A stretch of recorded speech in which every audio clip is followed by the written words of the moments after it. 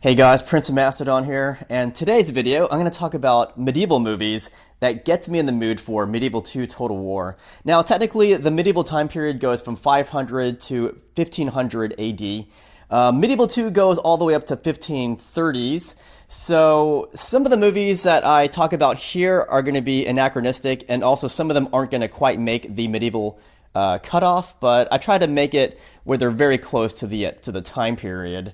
But before I do that, I want to talk about this, the coldest water bottle. And this thing was sent to me from this company in Florida, where I live, from the Coldest Water Company. And this bottle will keep your water cool for about 36 hours if you follow the directions and fill it with ice. Hopefully I don't spill it on the ledge like I did last time. That was a real hassle to clean up. That's enough.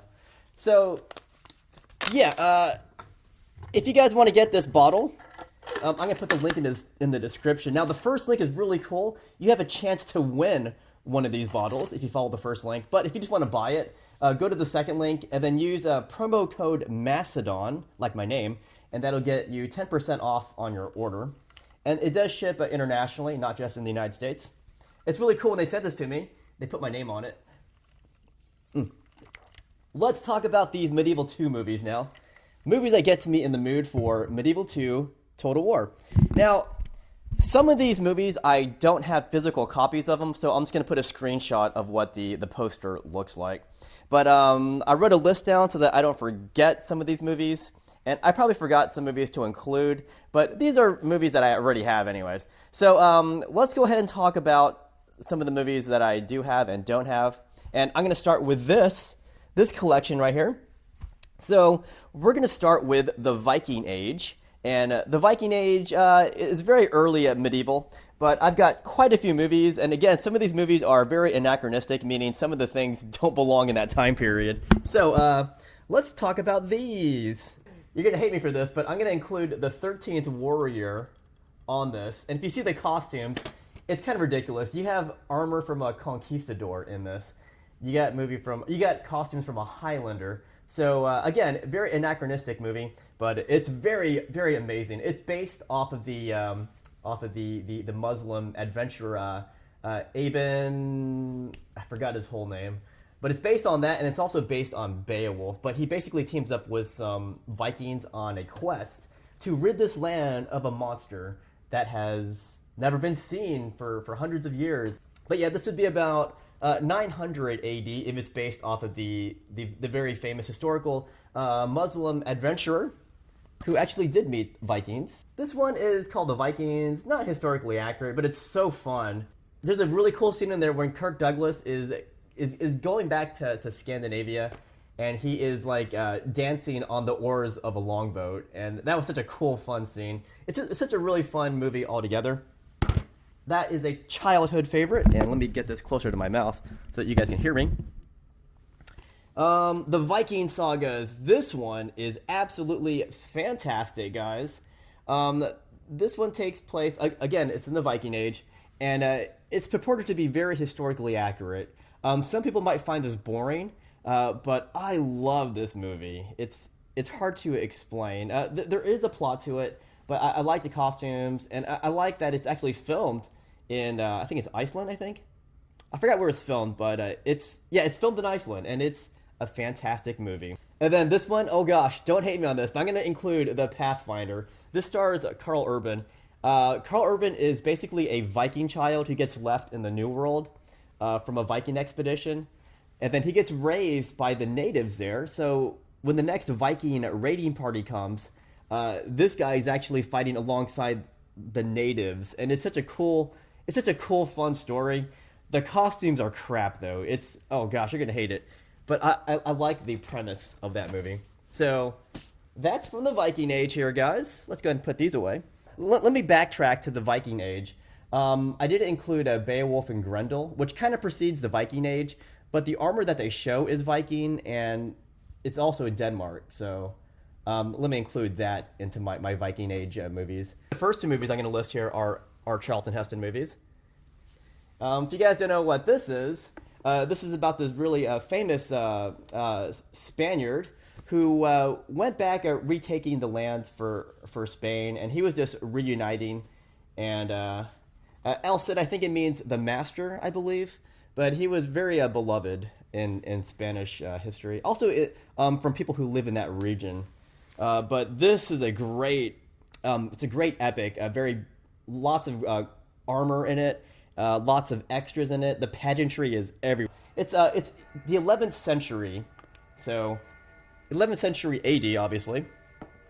And then the next movie is another Charlton Heston movie, and this is also the 11th century. But in this movie, Charlton Heston plays a Norman, and this is really interesting because this takes place during a siege, and I like this because it shows what it's like during a siege, and it's actually kind of boring being in a siege battle.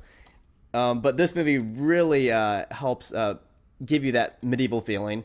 And the fact that he plays a Norman, which isn't really covered in too many movies, is fantastic. This is a highly recommend movie. So let's put my Charlton Heston movies away. Kingdom of Heaven. Make sure you get the director's cut. But Kingdom of Heaven, this is based off of the Siege of Jerusalem, and it also shows bits of the Battle of Hattin. So obviously during the Crusades, and it's based loosely on this historical figure named Balian, who actually took part in the Siege of Jerusalem.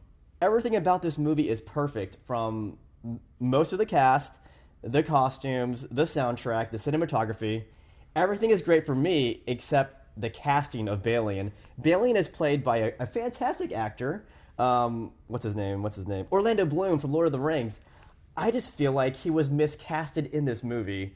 He did not inspire me.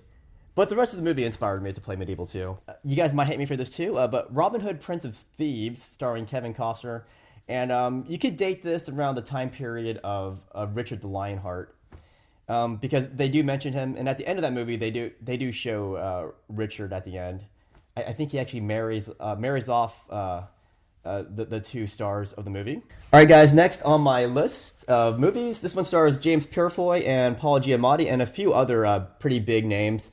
But this takes place after the signing of the Magna Carta. King John is really upset that he signed this in the first place. So he goes out and basically takes on the castle at Rochester. And this movie is basically a siege battle. It's just one long siege battle. And in this movie, I guess you could say the Templars are viewed in a good light, because James Purefoy plays a Templar in this movie. But this time period is, I think, 1215.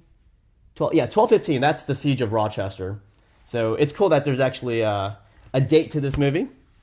All right, guys. Next up, we got some of these Marco Polo, Kublai Khan, Genghis Khan. Now, to be honest, I didn't really like any of the Genghis Khan movies that I've seen. I've seen quite a few.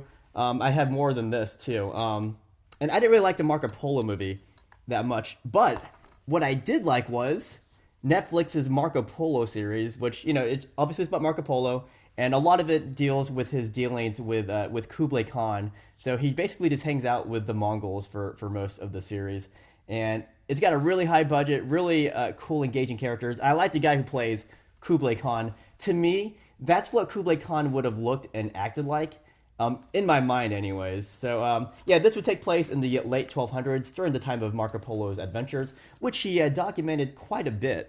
So let me put that away. Let's make sure I'm not skipping any things here.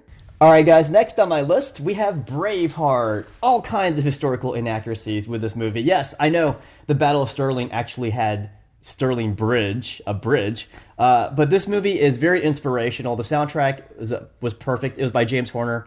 Mel Gibson as William Wallace. Oh, fantastic. But yeah, this basically shows William Wallace's conflict with fellow Scottish figures, and also his war with Longshanks of the English throne. But this would take place in the late 1200s. Battle of Stirling, Battle of Falkirk, and oh my gosh, this is one of my favorite movies of all time, regardless of it being historical or not.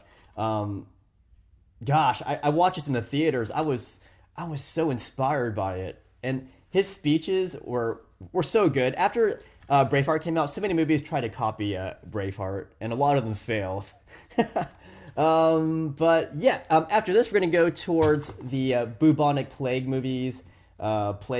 So let me look at my list here because I don't have these physical copies here. So the first one would be The Black Death, which stars Sean Bean, and this is about some knights who are going around England, and then they come across this one town who is completely untouched by the plague. So they start accusing them of witchcraft because how are these people not touched at all by the plague? And it's Sean Bean, so you kind of know what happens in this movie, and it's pretty good. And here's another plague movie here. The next one is The Seventh Seal, which is an Ingmar Bergman Swedish movie. Very beautiful, very artsy. And it's basically about this Swedish knight who plays a game of chess with death in order to stay alive. If he wins, he'll stay alive. If he dies, death will just take him. And that's set during the Black Plague. Another plague movie that I have listed here. What do I have here? Wait, what is this? This is... Wait a minute. Oh wait, those are all the plague movies that I have. Okay, but the next movie is Timeline, which I don't have a physical copy. I do have it. I just don't know where it's at. But Timeline, this is based off a Michael Crichton movie. So these guys go back in time to the 100 Years' War when France and England are going at it. When they go back into medieval times, it is fantastic. The villain in that movie, I think his last name is Sheen, I think. He is amazing as the villain, as this English lord, and there's a lot of great medieval action in that movie. Highly recommend it. Even though it's a time travel movie, I think the medieval aspect is fantastic. All right, so next on my list we have A Knight's Tale, which I think is a very inspiring movie. Even though it's not historically anything, they do mention a historical figure who does make a cameo, and that's Edward the Black Prince. So I think they actually put the time period at 1370s, around just a few years before Edward the Black Prince's death. But this movie is very good because it inspires you to be a knight. All kinds of chivalry on display in this movie, despite all the anachronistic music that's heard throughout the soundtrack. Kabam. Next on my list, we have The King, which I watched on Netflix. And this movie focuses on Henry V and his ascent to the throne of England. And then it culminates with the Battle of Agincourt, where he wins a very famous battle against a huge amount of French soldiers. Now, the battle isn't perfectly depicted, but it's a lot better than the battle depicted in in Henry V of Kenneth Branagh's Shakespearean movie. But I still have that movie. Wait, I'm not listing that one. I still have that movie listed in my favorites, though, because the acting is fantastic. Kenneth Branagh's St. Crispin speech in this movie is probably my favorite speech in any war movie. But this is also about Henry V, obviously. And, I gotta say, the other Henry V movie called The King, it stars the kid who's gonna be in the upcoming Dune movie. I don't remember his name. It's hard to pronounce, I remember that, though. But, yeah, this is the same thing. This is about Henry V, and this one focuses on his campaigning in France, and obviously it has the Battle of Agincourt listed in it. So the battle scenes are pretty poorly depicted, but it's the acting and the awesome Shakespearean dialogue that you come for. Next on my list, after Henry V, we have The Messenger here. Here we go. This is about Joan of Arc. So this is obviously the 100 Years' War between France and England, and this time you're going to be rooting for the French in this.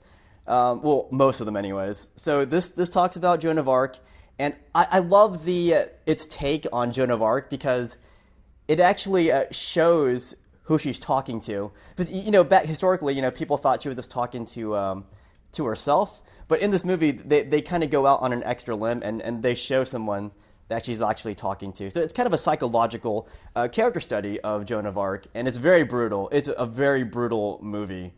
highly recommend it, though, if you're into that time period. Next on my list, okay, this is not historically accurate, but it's based on historical figure. Dracula Untold. This is about Vlad Tepes. But it shows him more as a vampire, but it does show a lot of his of him ruling Wallachia, and I love that part. The armor that he wears in this movie is some of the coolest armor I've seen. Not historically accurate, but it's like a dragon armor, and it's so freaking cool. So yeah, this movie inspires me to play, but it's definitely not a historically accurate movie. It's a horror movie. It's a vampire movie, so it's not going to be historically accurate at all. After Dracula, I have 1492, The Year of Conquest, and people are divided on this movie. It's kind of a bad movie, but it's probably the best movie to show Christopher Columbus. And the time period's 1492, when Chris Columbus sets out to explore the New World, and that's when Ferdinand and Isabel are setting out these expeditions to find more territory after the Reconquista. And that takes me to this movie, Mad Love. And this is, I forgot their names already, but it takes place around the time of Isabel and Ferdinand. And this shows, it doesn't say their names here either. But, Joan the Mad, as she falls in love with Philip the Handsome. And it's a Spanish movie, and it's not for everybody, but I like the setting. But it takes place in Spain. Because a lot of these movies, it shows Chris Columbus going out, but it doesn't show, life in Spain. This one kind of does. But it's Joan the Mad as she is getting cheated on by her husband, Philip the Handsome. And she just loses her mind, and all they do is fight. And I love it. It's pretty, it's for adults, just like a lot of these other movies. After that, I have, this one, Apocalypto. So this one takes place, 1502? So technically after the medieval time period, but Medieval 2 does go all the way up to 1530s. And this takes place during the decline of the Mayan civilization.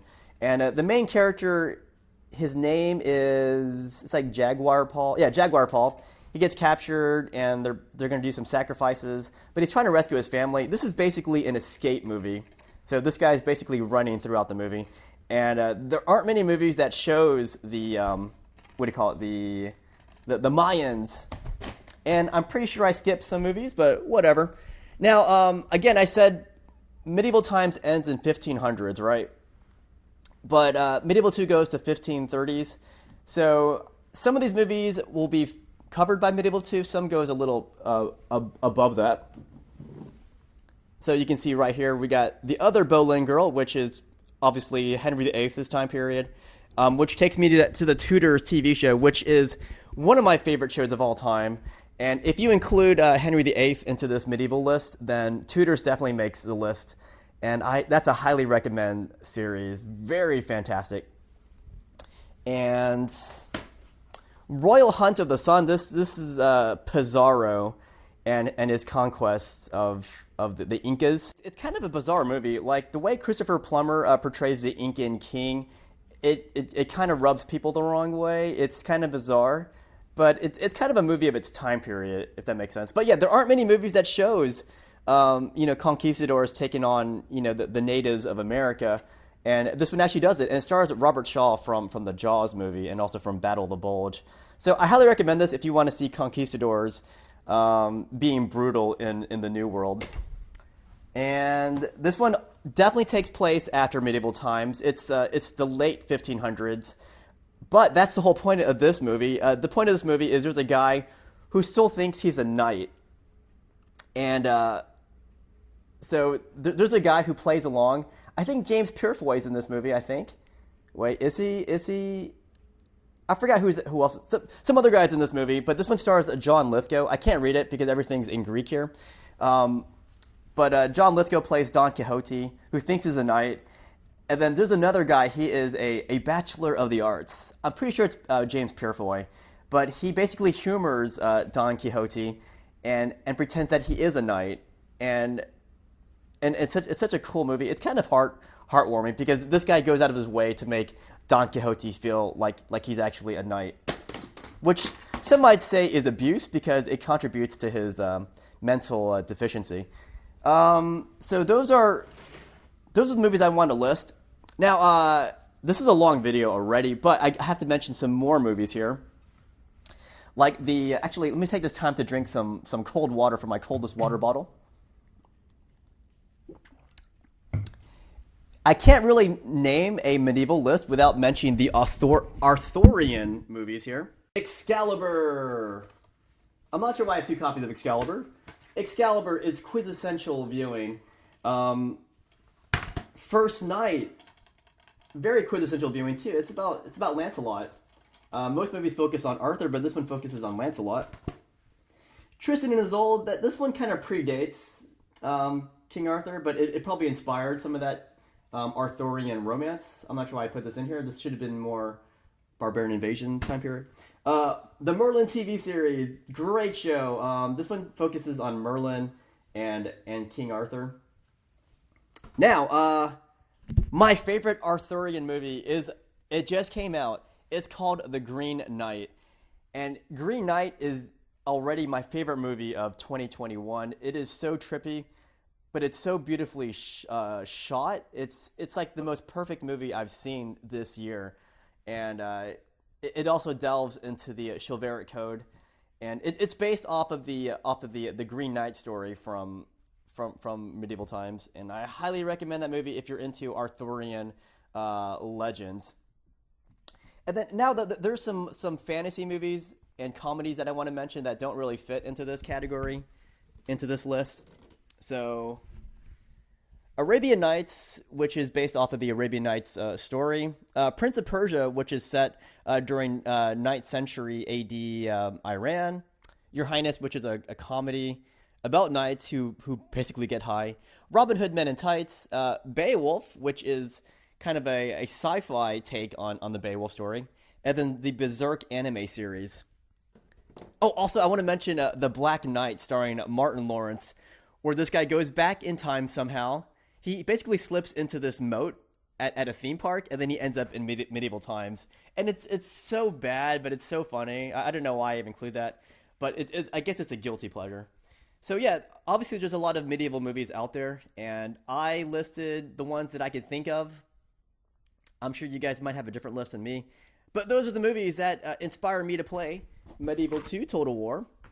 And let's end this video. It's too long.